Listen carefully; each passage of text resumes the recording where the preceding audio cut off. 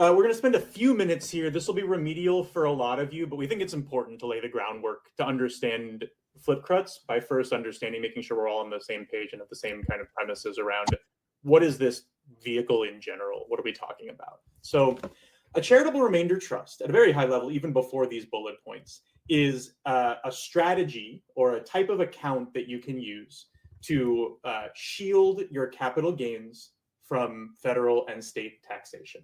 And as you all know, that's a lot of what we do at Valor is trust work and using various trusts to hold assets and shift the tax burden, defer it, eliminate it. That's what this is. A CRUT, a charitable remainder unit trust, CRUT, is an account that is itself tax exempt.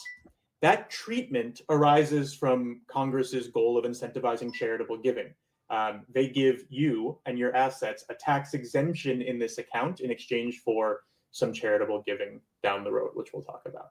So how does this work? Well, you put money into the or assets into this trust. It's tax exempt, a lot like an IRA or a 401k. Unlike those other kind of tax exempt accounts, it is able to distribute money to you over the years. Usually it's annually, sometimes it's quarterly, but you're getting money out of the trust. That money is taxed when it comes out. So the whole point here is tax deferral. You're taking an asset, let's say it's NVIDIA stock that's appreciated, maybe a little less today than it had a while back, but it's still significantly up. You put it into this trust, and when you sell it, it's tax exempt. When you pull the money out of the trust, it's taxed. And so the whole goal here, and a lot of what we'll be talking about today, is to push those distributions off into the future in order to compound tax-free. And we'll get into that. And then the last piece is a charitable component, which is whatever's left in the trust at the very end of its term, you're giving to a charity that you choose. So let's talk about the logistics. And one piece that's going to just add on is the core of this is it's better to pay taxes in the future than it is today. That's right. When you think about reducing taxes, there's some piece of the best thing you can do is avoid taxes.